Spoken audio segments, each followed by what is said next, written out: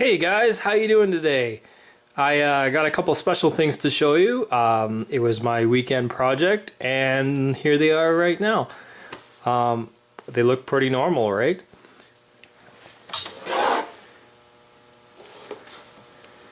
What's so special about it?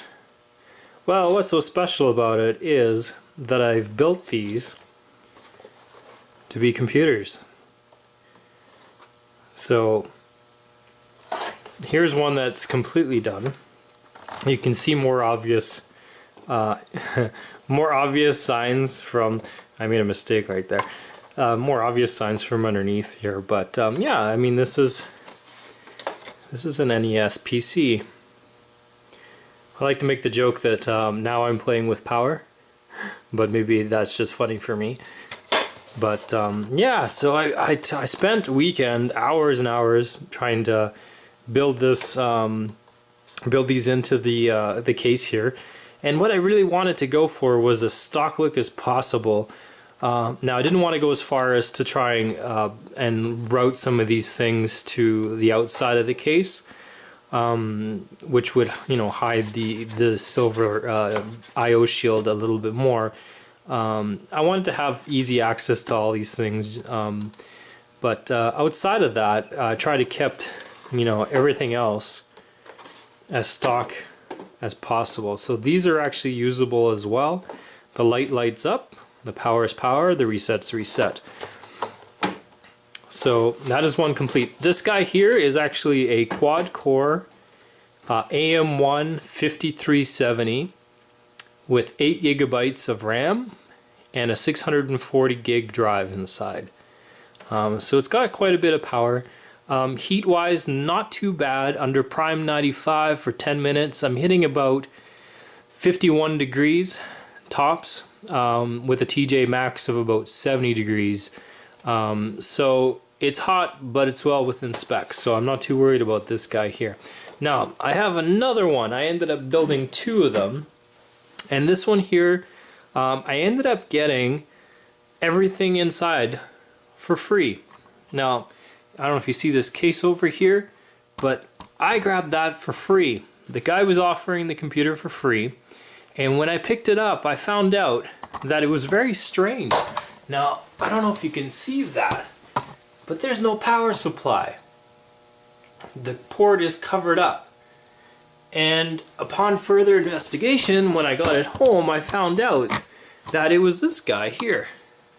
It was a mini ITX board, fanless, with 4 gigs of RAM. Now it's just a dual core that runs at 1.6. Now I've added 8 gigs of RAM instead. But yeah, I mean it was completely free. So this entire build that I have here, the second one, cost me, I believe, under $10 to make, with all the parts that I needed to build it in. So that's phenomenal, guys. I'm pretty excited that I was able to make one of these for next to nothing. A second one anyways, because my first one I ended up having to buy the motherboard and the CPU in order to do it. So that cost me, you know, about $140, and then with the adapter that came with it, the universal adapter, probably another 40 bucks. So I probably all in like 200 bucks on that other NES. But this guy here cost me like $8. Maybe less, like maybe $5. Like it cost me next to nothing. So I'm going to show you the inside of this one. So on the back side of the lid here, all that needed to be done was to cut out the I/O shield. Now this is the part that requires a lot of time and measuring. But other than that, yeah, you cut it out here, and then you trim out this rear screw to fit. And then you just have to kind of trim out these little things here. Now I believe on that board I ended up trimming the I/O shield so that they'd fit in these slots. But on the other one I ended up just trimming these slots. So you kind of can go either way on that one. And then on the front here, yeah, I obviously shaved down the front of this and down the side. Now I can't take it all out because this little hinge here relies on some plastic, so I ended up taking this part off and then trimming this all down here so that it was nice and square, as you can see there. Because that board is literally, that screw for the board is going to sit almost right on top of this thing here, the way that I've built this one.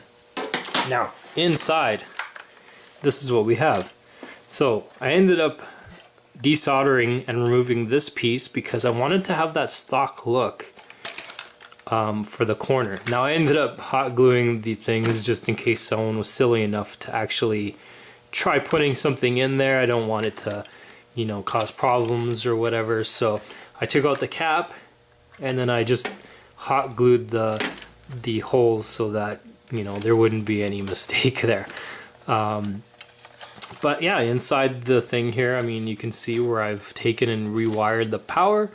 Now the main thing for this here is that you have to take out this little plastic metal clip, and then there's like almost like a staple that goes inside here, and you take that off. And what it does is it allows it to go back in and out.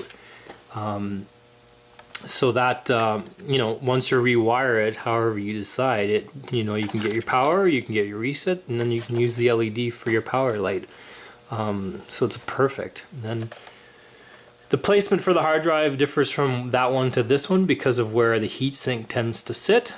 But yeah, this one ended up securing here and here on the T-rail, or this plastic T that's under here.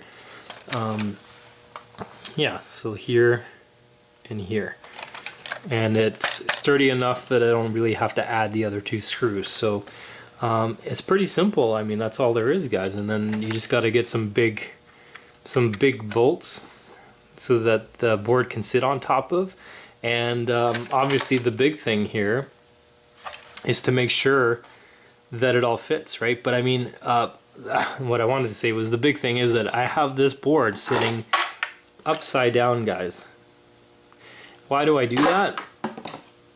Well, in order to accommodate room for this switch and other things on the bottom, because I wanted to cannibalize the, I mean, this one's not too bad, but I wanted to cannibalize the bottom so that the rest of the exterior looks good.